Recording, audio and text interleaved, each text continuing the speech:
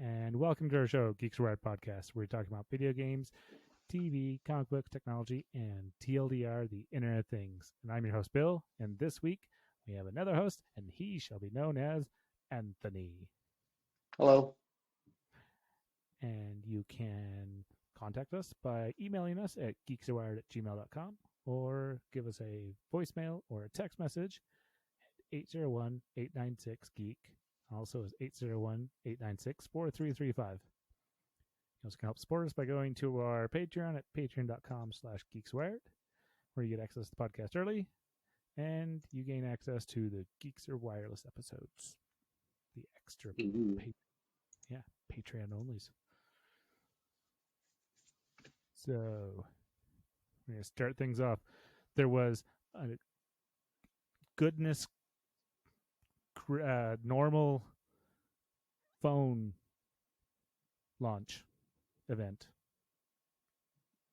Oh, yeah? Yeah, it was actually like somebody was like, "Oh, we're going to show our phone off and we're going to see what you all think about it." And It's just OnePlus? the OnePlus, yes. So the OnePlus 8 released their information and ended up having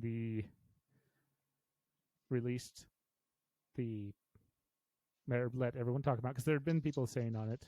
So the gag order had been lifted as well. So they talked about it, and then everyone started reviewing it. But watching the press release, got to watch that live. It was really good. It was interesting. You kind of, they still did that good, draw it out. You see in the chat, you're like, "What's the price? What's the price? What's the price?" And of course, they hold it to the end. You gotta hold that till the end. But, so is it like a surprise thing, or you gotta hold that till the end? Remember? No. I mean, like, was the actual event a surprise, or was it known that it was going to happen? Oh, it was known it was going to happen. Because if you subscribe to their newsletters, they had been announcing it for at least a couple of weeks that I knew of. And if you went to the website, same thing. You could. So I'd subscribe. I was like, "Oh, hey, I'm gonna hop on this." Feel like it may have been a month back. I was hearing somebody that's into the OnePlus talk about it, and plus, they had released phones to reviewing to websites or blogs or places that review that type of stuff. Oh, I see. Yeah. Were they just not allowed to post the reviews before that, or? Correct. Okay, but they could post it as soon as it went live. Yeah, they got to play around with it. They got to do everything they want, but they had a gag order up until after the event was over.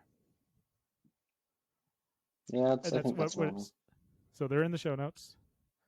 Also, so we're going to post in the show notes the event.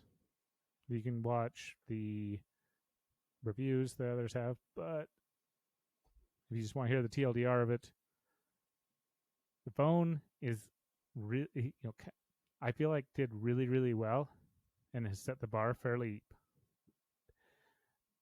well.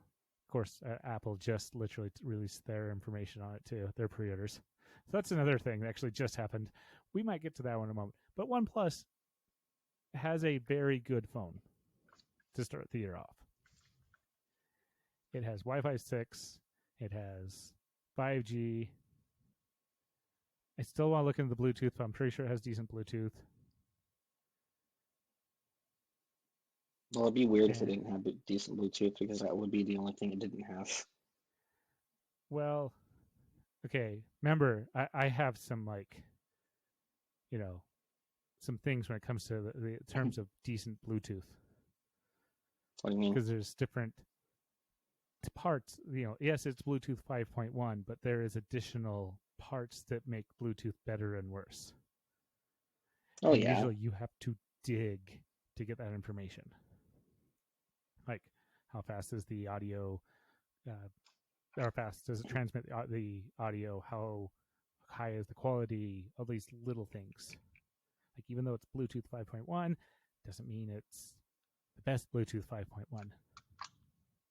I think if it's 5.1, it still has to be fairly fast. It is, but there's better. Well, yeah, There's there's good. better. There's some that let you, like, it'll broadcast the. It's basically zero latency. Like, it's as close to zero latency as they can probably get. There's good. There's better. There's best. Yeah. And I was still going to look into those to make sure, because I admit I'm kind of interested in it. This is the first time they've actually given an IP rating on them. So they paid the $20 per device to get the IP rating on it. Really? Yeah. That's surprising because I didn't ever do that before. Well, that's what made them cheap, but I think it's the thing that also made them not as popular on certain people. Yeah, because people don't know that they're actually like rated for that. They're just not officially rated for that. Correct. They just don't think it's possible at all, or that it's good at all. Yeah, without those, that without the stamp of, I paid to get this tested, then yeah. And what now that because they have the hole punch camera on the front, which means there are no more pop-up camera, but that did make it lighter. That did make it actually more waterproof. So this one is a better for that. They worked with Sony to get their camera. And that's actually the thing that most people are complaining about, though. Like, everything is still good on it. Like, the entry level, the OnePlus is a good, or OnePlus 8 is a good phone. You don't have to go pro unless you really, really want or unless you want the extra battery, want the little, the 900 refresh rate to the 12 or 120 refresh rate. The little bit, teeny tiny, little bit bigger screen, a little bit better quality, things like that. They both have 8 or 12 gigs of RAM. A little bit tweaks in that. They still both have the 30-watt fast charging. The Pro has the wireless 30-watt fast charging. That's if you want the wireless. The front-facing camera is exactly the same. The rear camera is a little bit better. They both have the 5G Snapdragon Wi-Fi or 5G in it, so it's good with that. They both have Wi-Fi 6, which is the latest and greatest. It's coming out. They both have on-screen fingerprint sensors. Oh, okay. And so I guess I thought it was both of them were actually IP rated. Apparently only the Pro is IP rated. The Pro is IP68. Interesting. So they didn't pay for the other one? Yeah. That might be why the other one is the price range it is. So what's the price difference between a regular and a non-pro? Sorry, a regular and a pro version. It's for the side-by-side comparing if you're going to look at the storage, the 128 or the 256 gig storage as the comparison, there are $200 differences. But so in other words, the OnePlus 8, and also I guess there's also the RAM too. So the OnePlus 8, the bottom model OnePlus 8 has 8 gigs of RAM and 128 gigs of storage. And just going to say it this way instead of the rounding thing, it's $700. They say $699. Rounding up $1 at people. $700. Yeah. The 12 gigs of RAM and 256 gigs of storage is $800. Then you step into the Pro range. That's where you drop the RAM back down and the memory and the storage back down to 8 gigs of RAM and 128 gigs of storage. That's $900.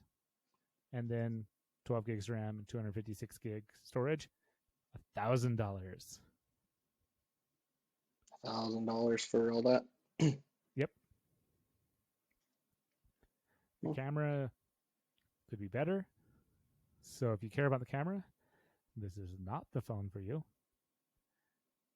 I was actually reading about some stuff about the sevens. Sevens still have their warranties. They're still pretty decent phones, though they do weigh a little bit more. It depends on how much weight you care about the weight and everything. It has the hole punch front-facing camera on this one, while the old ones had the pop-up front-facing camera. But that's like waterproofness differences. There's also minor waterproofness. They both still come with the special OnePlus cases that you get with them, which also come in, and that's there's also the colors. I guess there's a difference in that, because there's the Pro gets exclusive awesome colors that the regular one doesn't. What colors? Let's see. The OnePlus 8 gets in the 8 gigs of RAM and 128 gig storage is glacial green. In the 12 gigs RAM and 256 gig storage, it's interstellar glow. Kind of looks like, I think it's kind of I think it's just another black. Oh, so on the But it's Anandtech, or however you say that, article is that top one it has the very picture on there? Is that that green color? Green is glacial green. Oh yeah, okay, it is. That's not so a bad if you scroll looking to green. the bottom of that article, Does it show all of them? It does. It explains the colors. So in the 8 gigs with the Pros, the 8 gigs and 128, you have glacial green. In the 12 and 25, you have ultramarine blue and onyx black. I'm not sure if I go between the green or the ultramarine blue. And I thought the Interstellar was maybe it's not as black as the onyx black, but I thought that's what they were showing. I'm not seeing on this website. Maybe it's their maybe it's the pinkish one. Kind of has this little shiny pinkish color to it. Oh, the interstellar glow. Yeah. Yeah, it's interesting. But that's only on the OnePlus 8. Well, that's if you want that type of that color. But I'm not not super worried about the color. Everything is also 5G, which everyone's working towards. Everyone's trying to get their own chips now. I think people are trying to walk away from Qualcomm because of how much they owe the market. Because now, last week you talked about Apple making their own chips in house. Now Google seems to be doing that, or at least making noise about it. Yeah, I saw that. I noticed that. Which good news. Open up the market. So they also could be trying to make Qualcomm not control them as much, but we're still and if Google does do that, they're not going to have new chips in their mobile phones for over a year, and if they were to change all their stuff over, they're not going to have new stuffs in their Chromebook for like 2 or 3 more years. Yeah. So go ahead. I was going to say, with the Chromebooks, though, they don't necessarily control the hardware. They do with their own brand, but anybody else can put what they want. This would be interesting for Google to do this, to actually do their own hardware. Yeah, it'll be interesting, but they still have to support the other stuff, and in-house, because Apple doesn't. They have their hardware, but they technically don't make a lot of it. They've always their chips, Qualcomm or Intel or somebody else. Now they're talking about making their chips. Yeah.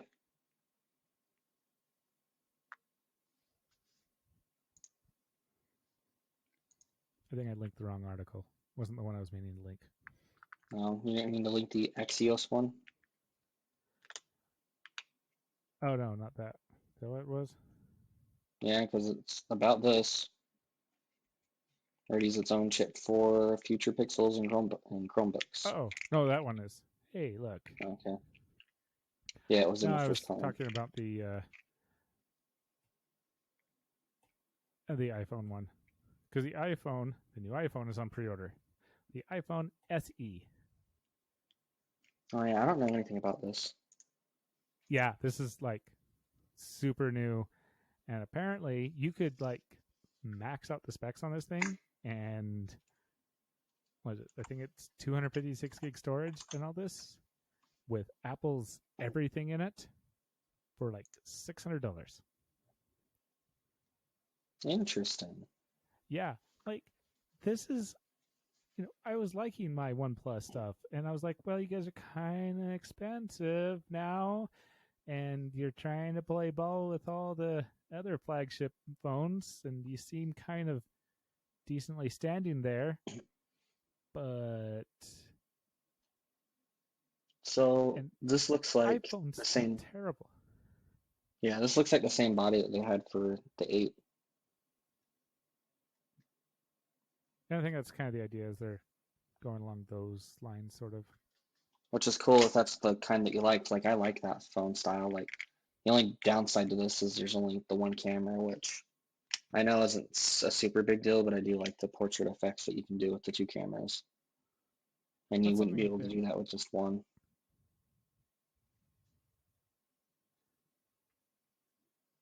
let's see. So yeah, I could. So I maxed everything out. So I'm not doing a trade in. This is off their website. I'm not doing a Yeah. trade in. I chose the red one, which is for their product red. There's not actually a markup whether you go black, white, or red. 256 gigs of RAM. I could have chose T-Mobile or Sprint because that deal went through, but that doesn't change the price. Like it doesn't change the price for every carrier. So why not just go SIM free and activate it on any carrier? And then I could pay for Apple Care if I wanted to. That's an extra $80. Yeah, let's just do that. Let's throw that in. Extra $80. What's this? Pay monthly until canceled. Pay for 20. Pay it straight up front. $80 right up front. $630.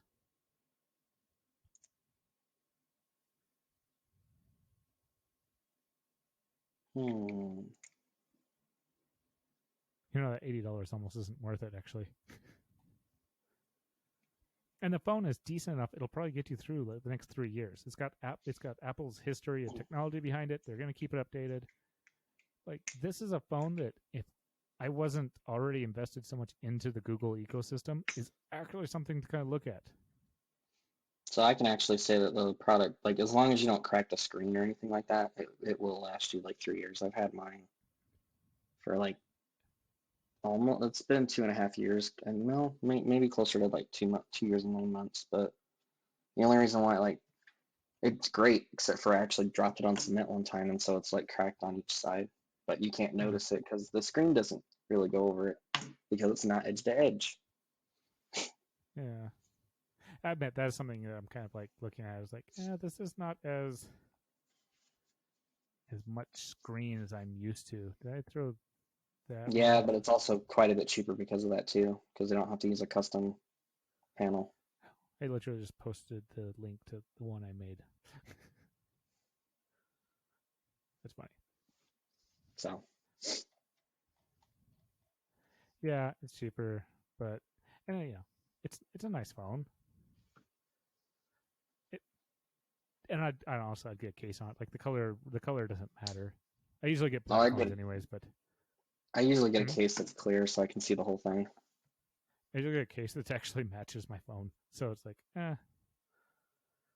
That's the nice thing about OnePlus, is that they have all those cases that also can match your phone too. So, and I'm in the Apple ecosystem, just not like ingrained in the Apple ecosystem. Yeah, but if you were in the Apple ecosystem, then we wouldn't have to worry about when you accidentally text me from your iPad. You just be annoyed in like 2 or 3 years when I decide to jump back to the Google or some other ecosystem. And actually, if certain laws end up, or if certain things end up happening with privacy rights here in a little bit, really, like if it's not a volunteer to get into system, I actually thought about, like, it could piss me off enough I might go back to a flip phone. Oh yeah. Yeah, there's. If they even have them by then. Oh, they still have them. Flip phones are still a thing, and they're usually old people have them and minimalists have them. Yeah. And I might become a minimalist. Well, at least for my phone. Actually, probably by then, most phones will be flip phones. Ooh. At least the clamshell design, at least. Nah, it'll just be implanted in the eye. I'd be okay with that. Yeah. I want an iPhone. An iPhone? I think that was a Simpsons episode. No. I think that was on Futurama, actually. Oh, yeah. Probably had it installed, embedded. Yeah. Done. That's the name of the article. Name of the episode now. Nice. Okay. Talk about Chrome OS? Yeah. Okay. So I haven't heard much about, like, I know what PWAs are, like the progressive web apps, but I actually kind of thought it was kind of just a fad or something like that. But it looks like they're actually hitting it hard. And so what it is like you have like a website, right? So say you go to like youtube.com on your youtube.com on your phone and you want to install it. Instead of installing the app, it will actually install a progressive web app version, which is just like it's a link to the app basically, but it has the ability to have some features offline if it's been programmed that way. And it looks like on Chrome for a couple of apps like Twitter and YouTube TV, you don't get the app anymore. It actually just downloads the web app, which has pros and cons. Like I said, like a lot of people are saying it's not as like clean or smooth. Mm-hmm. Like whenever you load up the app, for example, like an actual app, you'll get the full UI even if you don't have the internet. But whereas with this, or if you're on a slow network, it would take a little moment. It'd take a little bit for it to pop in. You're at the mercy of your internet. Yeah, you're at the mercy of your internet on this, but with an app, you're still at the mercy of your internet, but you still have like the full experience, like as far as the UI goes. Mm-hmm. So it's kind of a give and take thing. Like the only benefit that progressive web apps have is that it's easier to develop for the person making it, really. That's about it. Well, there's that, and there's also the features you might want out of it. It also, you as the user, you have, especially on Apple, not as much. On Android, it's definitely a good thing, is you have more control over the privacy rights on a progressive web app. Which means like you're like all these that have tracking software, all this. Because it's through the browser, you restrict its tracking when it's not open. So you can kill when you close the app on the progressive web app. Like Instagram is their web design is actually fairly nice, and they have a good chunk of the stuff on their website that they do have on the app. There was a few minor things that I kind of wanted to use, but besides that, I actually had a progressive web. I just installed the little shortcut to their website or just had the little shortcut on my phone, and I was happy with that for the most part. But what happens is when you close it, it's like closing a browser tab. The tracking's dead at that moment. It doesn't do anything. It does nothing else. It's not like the app that sits in the background that keeps on churning and tracking your location or accessing all your stuff. You can clear your cookies, which means you have to log back in again, but I don't know how true that is because the apps can send you notifications. Well, so it has to be running somewhat. They're at the mercy of the browser then. And the browser, no, because the browser can't normally do notifications. You still have to allow browser notifications. Yeah, but what I mean is It doesn't. What I mean is something is still running Not always. In the background. If you want to have notifications, there is something that's running. It's just true. not the full thing. Yes. So but you're that's not. The other thing. That's what I liked about it is with the progressive web app that I had for like Instagram, I didn't want notifications. So when I closed the app, it was dead. I still don't think it's completely dead. But it might also depend on how it's linked in. Because and I guess my progressive web app, it was a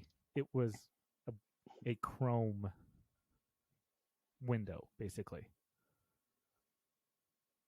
So mine was whenever I clicked on this link, it opened up a Chrome window of Instagram.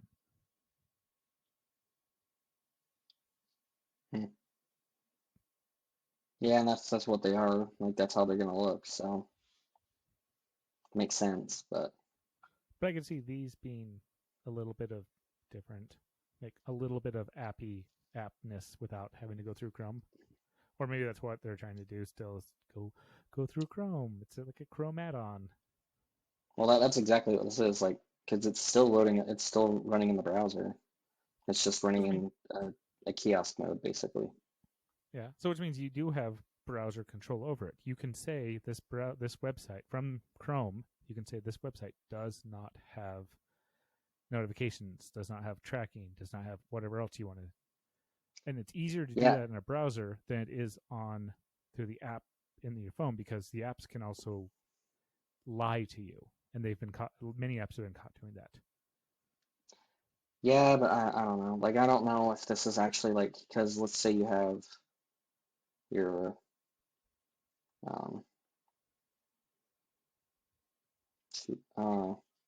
let's say you have like Firefox installed.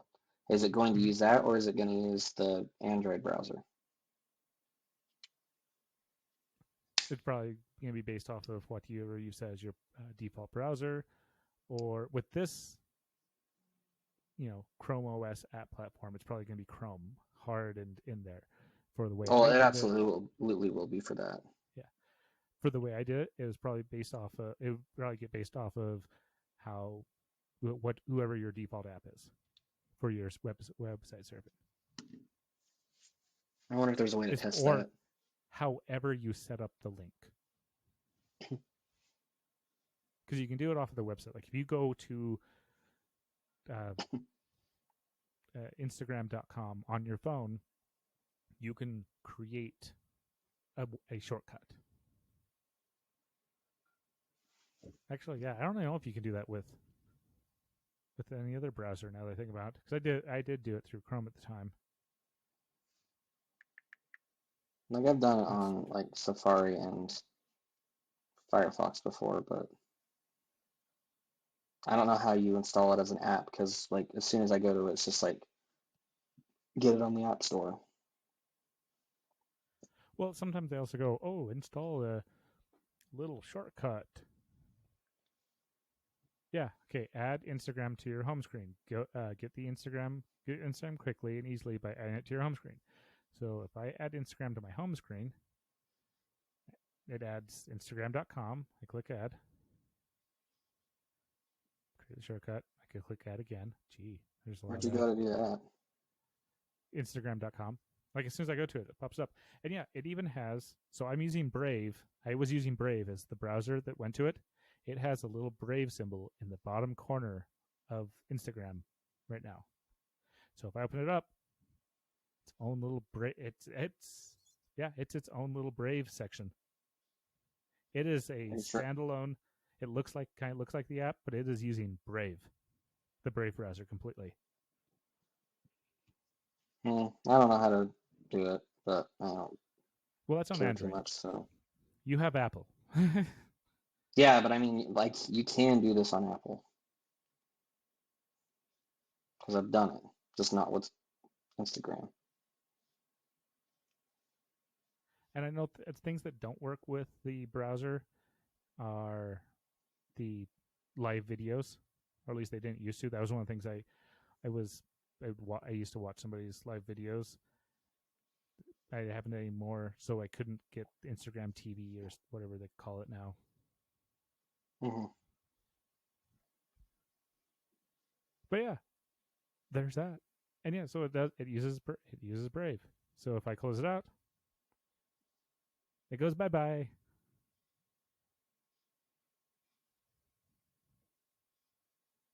Who knows who it is? I don't. I do. That's all I good. promise. That's it.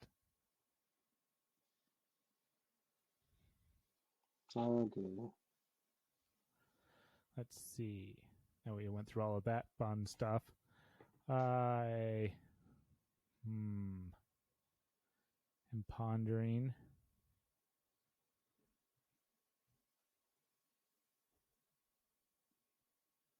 Yeah. Let's do this one last thing. And then we'll end the episode this week. So remember I was talking about Peacock, another streaming channel that comes out? Yeah.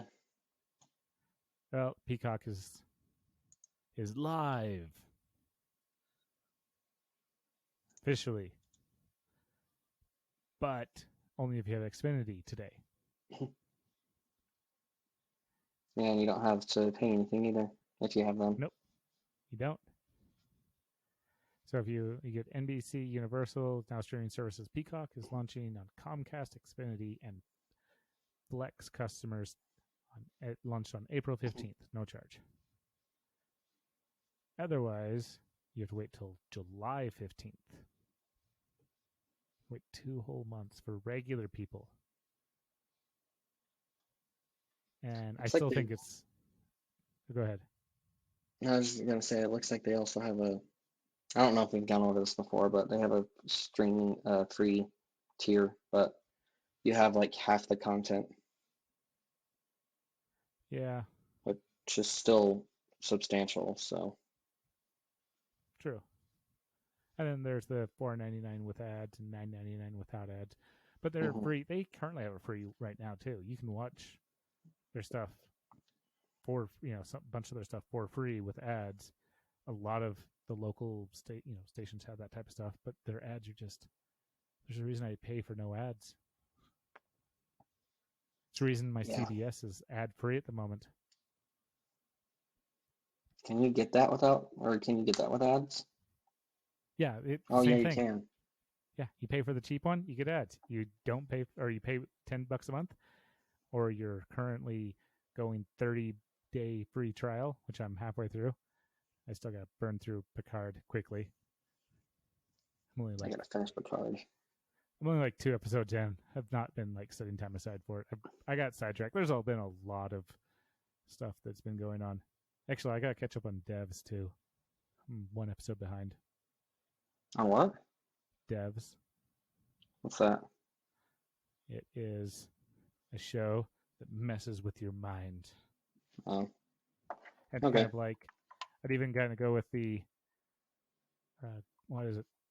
Kind of Game of Thrones mentality. Not Game of Thrones, but the idea of oh, you hate these people. These people are the bad guys. And as you watch, you go oh, you're not the bad guys. I like you as a character. And you find out who the really bad guys are, and who the, who are just kind of, they have good hearts. I think the last episode's actually this week. Oh, okay. But yeah, forget if I watched it on Amazon or Hulu. Ooh, they're rebooting Battlestar Galactica. Why not? Interesting. Just gotta get everyone together. I think it's Amazon. Who? Devs. Oh. I was like, Battlestar Galactica? It's on the article about Peacock. I was wrong. It's on Hulu. Never mind. It's on Hulu. That is what it officially is on. Okay. So it's on FX and on Hulu.